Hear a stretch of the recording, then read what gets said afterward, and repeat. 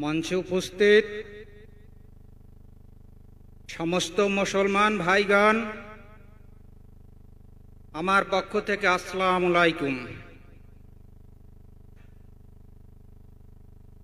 বিগত 5ই আগস্টের পর থেকে আমাদের গ্রামে একটা কোনো বিচ্ছিন্ন ঘটনা ঘটেনি। আমাদের গ্রামে একাধিকবার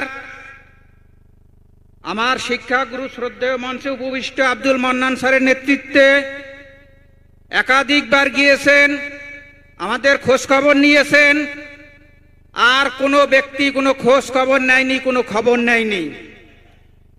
তাই আমি বলতে চাই, এদেশে হিন্দুরা তেমন কিছু চায় না, তারা শুধু চায় শান্তিতে থাকতে।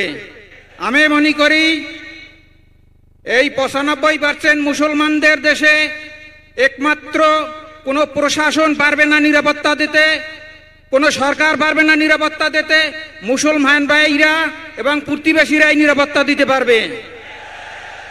আমাদের বাংলাদেশ জামাত ইসলামের যে আমির ডক্টর শফিকুর রহমান, তিনি বলেছেন বাংলাদেশে কোনো সংখ্যালঘু বলতে কোনো শব্দ নেই, বাংলাদেশে যে জন্মগ্রহণ করেছে সেই বাংলাদেশের নাগরিক। এখানে সবাইকে এক চোখে দেখা হবে, এক আইনে দেখা হবে। তাই আমিও বলতে চাই সমস্ত হিন্দুদের, আপনারা বুঝেন, আপনারা অশিক্ষিত না, আপনারা জ্ঞানী। আমাদের মাথা বিক্রি করব না কারো কাছে, এই নীতিতে আমরা চলতে চাই।